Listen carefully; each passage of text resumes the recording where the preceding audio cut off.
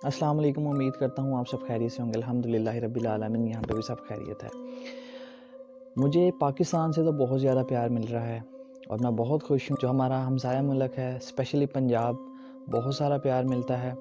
बहुत ज़्यादा जो है वो स्टोरीज़ जो हैं वो मुझे व्हाट्सएप आती हैं। बहुत ज़्यादा लोग जो है वो मेरे साथ अपनी जो है वो रियलिटी की जो स्टोरीज़ हैं वो मेरे साथ शेयर करते हैं। अभी मेरा व्हाट्सएप नीचे नंबर आएगा। जो लोग अपनी जो है वो कहानी, सच्ची कहानी मेरे साथ शेयर करना चाहते हैं, अगर वो चाहते हैं मैं उनको ऑन एयर करूँ, तो आप मुझे इस नंबर पे जो है वो व्हाट्सएप करें। जो मेरे चैनल पे नए हैं, काइंडली मेरे चैनल को सब्सक्राइब कर दें, बेल आइकन दबा दें, ताकि जितनी भी आने वाली वीडियोस है बआसानी आप तक पहुंच सकें। तो वीडियो को जल्दी से स्टार्ट लेते हैं। अली भाई जो कि लाहौर के रहायशी हैं, जो बाइक राइडर हैं, लाहौर के अंदर ऐसी बहुत सी कंपनीज़ हैं जिनके ऊपर जो है राइडर्स काम करते हैं। इसी तरह एक निजी कंपनी का एक राइडर है, उन्होंने मुझसे रात को बात की। अली भाई उनका नाम है। अली भाई बताते हैं कि वो रात के टाइम जो है वो बाइक राइड करते थे और उससे उनका जो है वो घर का सिस्टम चलता है।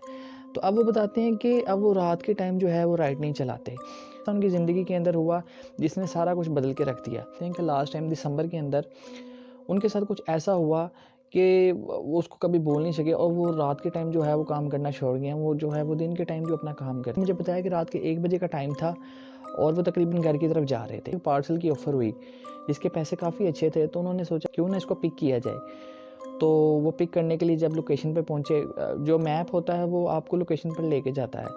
मैप जो है वो उनको उनकी लोकेशन पे ले गया। वो बताते हैं कि जो लोकेशन शो हो रही थी वो एक रोड के ऊपर थी, ना वहाँ पे कोई घर था और ना कोई शॉप। मैप बता रहा था कि 100 मीटर के आगे जो है वो बंदा खड़ा हुआ है। इतने में वो वहाँ पर गए हैं। वो बताते हैं कि जो बंदा खड़ा था उसने जो है अपने आप को कवर किया हुआ था, तो मुझे लगा सर्दी है, मैं भी इसी वजह से उसने कवर किया है। उसने मुझे एक शॉपर दे दिया। अब मैं शॉपर लेके जो है मैं उसको लेकर चल पड़ा। शॉपर लेके चल पड़ा और मैंने मैप को ऑन कर लिया। अब जो मैप था वो बता रहा था कि आपका जो रास्ता है तकरीबन वो 10 से 12 किलोमीटर है। बताते हैं कि ठोकर से आगे एक फैक्ट्री एरिया आ जाता है और वहाँ पे काफ़ी सन्नाटा था। खैर मैं जो है मैप को फॉलो करता हुआ वहाँ पर चला गया। अब जैसे जैसे मैं मंजिल के करीब थे वैसे वैसे जो है सन्नाटा स्टार्ट हो गया। उन्होंने बताया कि उस रास्ते के ऊपर ना तो किसी जानवर को देखा, ना किसी गाड़ी वाले को, ना बाइक वाले को, किसी को मैंने आते जाते नहीं देखा। जैसे ही मैप ने बताया कि आपकी लोकेशन 200 मीटर के करीब है, तो मुझे एक खौफ सा आने लग गया कि यार, अब स्पेशली मैं डर गया कि यार मुझसे कोई मोबाइल वगैरह ना स्नैच कर ले या चीज़ें ना मुझसे ले ले। तो मैं काफ़ी खौफज़दा था। मैंने जो है वो उस नंबर पे कॉल करना शुरू की जिसने मुझे पार्सल दिया था। खैर उसका नंबर बन जा रहा था, तो मैं बड़ा परेशान हो गया। तो मैंने सोचा क्यों ना 200 मीटर के बाद शायद वो जो है वो बंदा खड़ा हो जिसको ये पार्सल देना है। अब वो बताता है कि जब मैं उस जगह पर पहुंचा तो मैंने देखा कि उस जगह पर एक खंडर सा था और उसका एक जो है गेट टूटा हुआ था। तो मुझे लगा शायद मे बी यही वो घर है, क्योंकि उसके आसपास कोई घर भी नहीं थे। उसने देखा कि जो गेट टूटा हुआ है, नीचे जो कमरे थे वो बिल्कुल खाली थे, लेकिन जो ऊपर वाला कमरा था उसमें से एक रोशनी आ रही थी। तो खैर मैंने डोर को नॉक करना शुरू कर दिया। मैं जैसे ही डोर को नॉक कर रहा था वहाँ पर कोई नहीं था। अली भाई बताते हैं कि मैंने डोर को काफ़ी नॉक किया लेकिन नीचे कोई ना आया। तो मैंने सोचा क्यों ना मैं ऊपर जाके पकड़ा दूँ। तो कहते हैं मैं डरते हुए ऊपर गया कि किसी का घर भी हो सकता है। कि मैं जो है वो दुआएं पढ़ता पढ़ता ऊपर चला गया। अब वो कहते हैं कि जैसे ही मैं ऊपर गया मैंने देखा कि जिस कमरे से रोशनी आ रही थी वहाँ पर टूटे फूटे सामान के अलावा कुछ नहीं पड़ा था और कोई रोशनी नहीं थी। इतने में जो है वो मैं जल्दी से नीचे उतरा कि पता नहीं क्या मामला है। कहते जैसे ही मैं नीचे उतरा उसी कमरे से दोबारा रोशनी आना शुरू हो गई। तो मैं बहुत ज़्यादा डर गया और मैं जो है डर के मारे मैंने सोचा कि यार मैं यहाँ से निकल जाता हूँ, अगर किसी का पार्सल होगा तो सुबह डिलीवर कर दूँगा। कहता इतनी देर में मैंने बाइक के साथ जब उस शॉपर को हैंग किया तो मैंने सोचा कि यार मैं एक बार इसमें देखूँ कि है क्या पता कोई ज़रूरी सामान हो। तो कहते जैसे ही मैंने शॉपर को खोला उसके बाद जो है मेरी टांगों के नीचे से ज़मीन निकल गई। वो बताते हैं कि पार्सल के जो पैसे थे वो तकरीबन 400-450 रुपया था और जब मैंने उस शॉपर को खोला मैं आपको नहीं बता सकता, उसके अंदर काले बकरे का सर था। और जब ये मैंने मामला देखा मैं बहुत ज़्यादा खौफज़दा हो गया कि यार ये कोई प्रैंक है या फिर ये क्या मामला हो सकता है कि किसी ने ये क्यों डिलीवर किया। ये बताते हैं कि मैं काफ़ी डर गया और मैंने शॉपर को फटाफट जो है वो बांधना शुरू किया। जैसे ही मैं बांध रहा था इतनी ही देर में मेरे जो राइट साइड पे शोल्डर है वहाँ पर किसी ने आगे हाथ रखा और मैं काँप गया और उसने मुझे कहा कि तुम मेरा पार्सल लाए हो। अब उनकी जो एज थी वो काफ़ी ज़्यादा थी, तकरीबन पे काफ़ी वाइट कलर के बाल थे, उनकी जो दाढ़ी थी वो काफ़ी बड़ी थी। जब मैंने उनके चेहरे की तरफ देखा तो उनकी काफ़ी एज थी, वो एक बुज़ुर्ग थे। तो मैंने उनसे पूछा जी मैं आपका पार्सल लाया हूँ लेकिन आप काफ़ी टाइम से यहाँ पर मौजूद नहीं थे, तो मैं इसलिए वापस जाने लगा। तो जब जैसे ही मैंने ये बात की कि मैं वापस जाने लगा तो उनको बहुत ज़्यादा गुस्सा आ गया। और उन्होंने मेरे हाथ से वो जो शॉपर है वो छीन लिया। और मैंने उनसे कहा कि मैंने डरते हुए उनसे कहा कि मेरे पैसे तो दे दें। उन्होंने जो है वो मुझे 5,000 का नोट दिया। अब जब मुझे उन्होंने 5,000 का नोट दिया तो मैं एक परेशान हो गया कि मेरे पास तो चेंज ही नहीं है।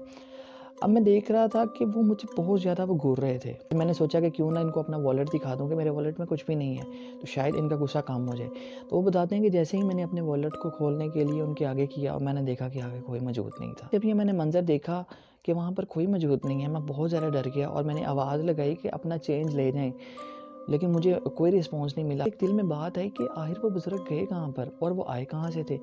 तो मैं बहुत ज़्यादा डर गया और मैंने जो है आवाज़ लगाना शुरू की कि आप अपना चेंज तो ले जाएँ। मुझे कोई रिस्पॉन्स नहीं आया। तो मेरे दिल में ख़्याल आया कि क्या पता वो बुज़ुर्ग इसी घर के अंदर गए हों या उन्हीं का घर हो या फिर वो चेंज लेने गए हो, तो मैं कुछ देर यहाँ पर इंतज़ार करता हूँ। तो कहते हैं कि मैंने 10 से 15 मिनट इंतज़ार किया, मुझे जो है कोई रिस्पॉन्स ना मिला। ख़ैर मैंने अपने बाइक को लॉक किया और मैं उसी खंडर के अंदर चला गया। कहते हैं कि उस टाइम पे मैंने वो गलती की, वो मुझे नहीं करना चाहिए थी। पैसे लेने वापस नहीं आए तो इट्स मीन्स कि वो मुझे पैसे दे गए थे, लेकिन मेरे दिल में था कि ये मैं पैसे वापस करूँ। तो कहते हैं कि जैसे ही मैं उस खंडर के अंदर दाखिल हुआ, मैं खामोशी से जो है वो सीढ़ियाँ चढ़ने लगा। अब वो बताते हैं कि जिस कमरे से रोशनी आ रही थी, मैंने वहाँ पर क्या देखा कि वो बुज़ुर्ग वहाँ पर बैठ के वो जो बकरे का सर है उसको खा रहे थे।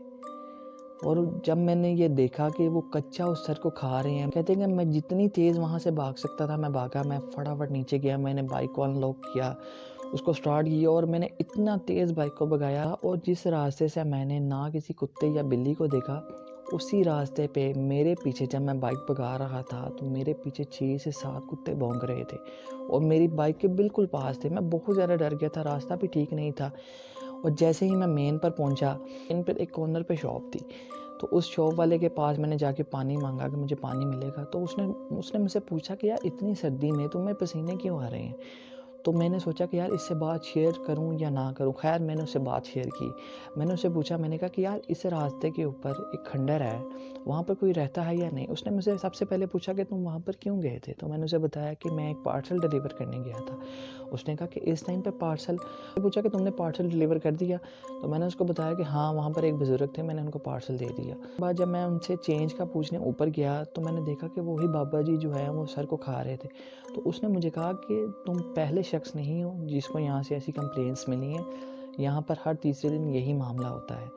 तो वो बताता कि खैर उसके बाद मैंने रात के टाइम जो है वो ड्राइव करना छोड़ दिया और अब मैं दिन के टाइम काम करता हूँ।